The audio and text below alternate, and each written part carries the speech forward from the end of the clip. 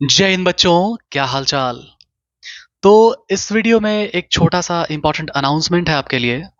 हाँ, ये बात सुन के आप बोलोगे सर तो बीच में कभी भी आते हैं, कुछ भी अनाउंसमेंट कर देते हैं, रेगुलर नहीं है सर, वीडियोस तो आता नहीं है उनका। ये जो चैनल जब बना था ना, तो ऑलमोस्ट 1 साल होने को इस चैनल को। और उस टाइम में मैं एक नए जगह पे शिफ्ट हो रहा था। लाइफ का जो जर्नी है वो आसान तो नहीं रहता है, हमेशा अप्स एंड डाउन्स आते रहते हैं। आई एम श्योर कि पढ़ाई करते वक्त आपके लाइफ में भी बहुत ज़्यादा अप्स एंड डाउन्स आते ही होंगे।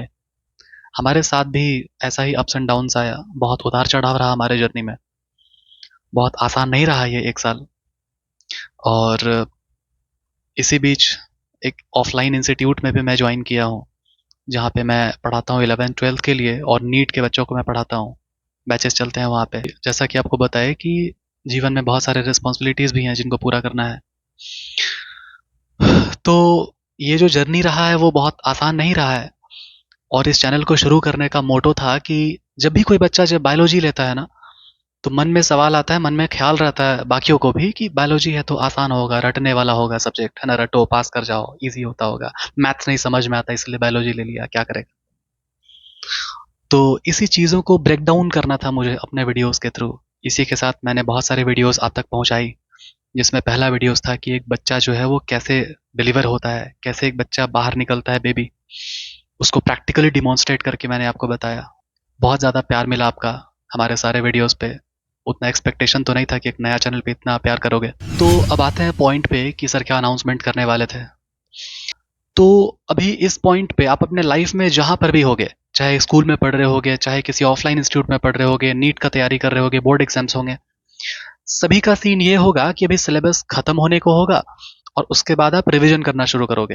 हाँ, एग्जाम्स दोगे तो रिवीजन तो करोगे ना, तब तो कुछ लिखोगे। तो जब आप रिवीजन स्टार्ट करोगे तो उसके बाद आपको डाउट्स आना शुरू होंगे, बहुत सारे डाउट्स, कुछ टॉपिक्स में डाउट आएंगे। आपको पता ही है हर चैप्टर में कुछ ना कुछ ऐसा टॉपिक्स होता है जो कि सबसे खराब, सबसे नालायक, सबसे वाहियात टॉपिक रहता है, जो कि समझ नहीं आता और उनका वेटेज भी बहुत होता है। तो वैसे टॉपिक्स जिनका वेटेज बहुत ज्यादा है, जो कॉम्प्लेक्स है, बहुत समझ में नहीं आता है, उन टॉपिक्स को मैं आपको समझाऊंगा बहुत ही ईजी, बहुत ही सिंपल करके, मेरे स्टाइल में। कुछ प्रैक्टिकल डिमॉन्स्ट्रेशन अगर दे पाए तो, कुछ रियल लाइफ फील, मतलब सिंपल करके हमारे स्टाइल में मैं आपको समझाऊंगा। और हाँ, ये जो भी वीडियोस आएगा ये टॉपिक्स वाला, उसके लिए आपको जरूरी नहीं है कि आपको किसी चैप्टर का प्रीवियस नॉलेज होना चाहिए। मींस ये जो भी एक एक वीडियोस रहेगा छोटा छोटा, जो भी टॉपिक्स का वीडियो रहेगा उसको आप आइसोलेटेड वे में आप देख सकते हो।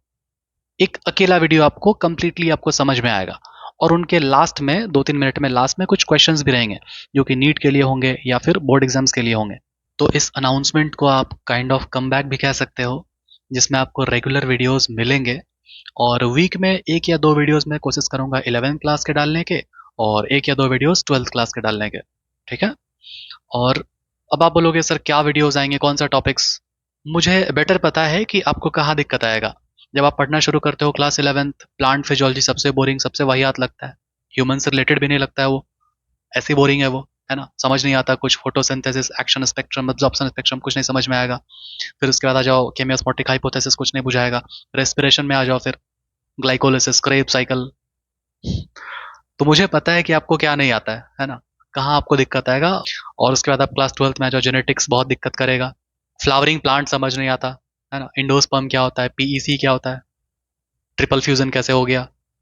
ठीक है। जेनेटिक्स में फिर आपका molecular basis of inheritance, translation, transcription, biotechnology. जो भी टॉपिक्स मुझे लगता है कि हाँ आपको नहीं समझ में आएगा, आपको दिक्कत होगा समझने में, उनको यहाँ पे बहुत ही सिंपल करके समझाया जाएगा। That's it. ठीक है।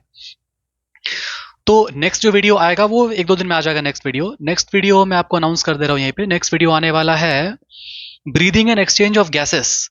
उसमें जब आप पुराने वाले बुक में पेज नंबर 263 है शायद, वहां पे जब आप देखोगे ना, पहला वाला पैराग्राफ जिसका टॉपिक है रेस्पिरेशन, कुछ टॉपिक है, वहां पे आप देखोगे ना तो एक टर्म है इपीग्लॉटिस। इपीग्लॉटिस ऐसे लिखा था स्टेटमेंट, देखो इपीग्लॉटिस ये है कि वो जब फूड जब स्वॉलो करोगे तो वो लंग्स में जाने से रोकेगा, वहां पे लिखा हुआ है लैरिंग्स में जाने से रोकेगा।